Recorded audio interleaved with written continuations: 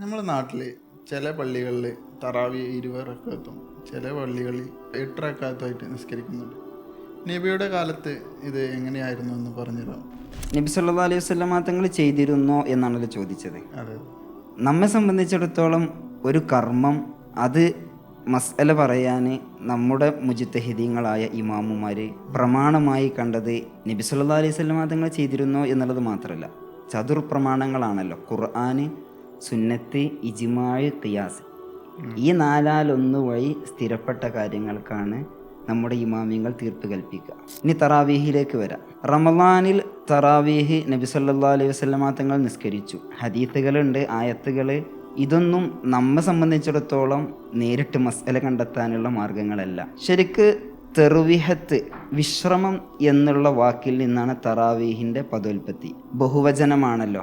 അറബിയിൽ ബഹുവചനത്തിൻ്റെ ഏറ്റവും ചുരുങ്ങിയ രൂപം 3 വേണം എന്നുള്ളതാണ്. നമ്മുടെ പള്ളികളിലുള്ള നിസ്കാരങ്ങളിലൊക്കെ 4 റക്അത്ത് കഴിഞ്ഞിട്ടുള്ള വിശ്രമത്തെയാണ് ഈ തെർവിഹത്ത് കൊണ്ട് റാഹത്തെടുക്കുക എന്നുള്ള ഇത് കൊണ്ട് സൂചിപ്പിക്കുന്നത്. അപ്പോൾ ഏറ്റവും ചുരുങ്ങിയത് ബഹുവചനമാണെങ്കിൽ എത്ര വിശ്രമം വേണ്ടി വരും? 3 വേണ്ടി വരും. അപ്പോൾ 3 വിശ്രമം കഴിയണമെന്നുണ്ടെങ്കിൽ ചുരുങ്ങിയത് 12 റക്അത്താകണം. അപ്പോൾ ഒരിക്കലും തറാവീഹ് എന്നുള്ള പേരിട്ടത് കൊണ്ട് തന്നെ അത് 8 എന്നുള്ളത് ഇതിൽ നിന്ന് നമുക്ക് മനസ്സിലായി. ഇനി 20 എന്നുള്ളതാണ്.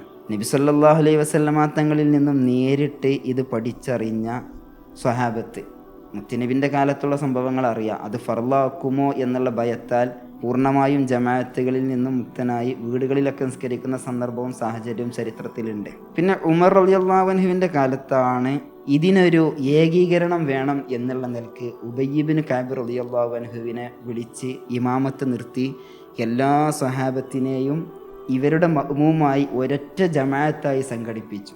ഇതിനെക്കുറിച്ചാണ് ഉമർ റളിയല്ലാഹു അൻഹു പറയുന്നത്, നിഅമത്തിൽ ബിദ്അത്തു ഹാദിഹി എന്ന്. ഇത് നല്ലൊരു ബിദ്അത്തായി.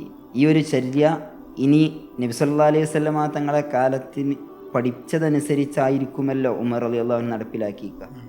ഇതിനെതിരായി നമ്മൾ ഈ കാണുന്ന ഹദീസിലും മറ്റും കാണുന്ന 8 റക്അത്ത്, 11 റക്അത്ത് ഇതൊക്കെ തറാവീഹായിരുന്നെങ്കിൽ അവിടെ കൂടിയിരുന്ന ഈ സ്വഹാബത്ത് എല്ലാവരും ആരെങ്കിലും ഒരാൾ ഇതിനെ എതിർക്കുമായിരുന്നല്ലോ.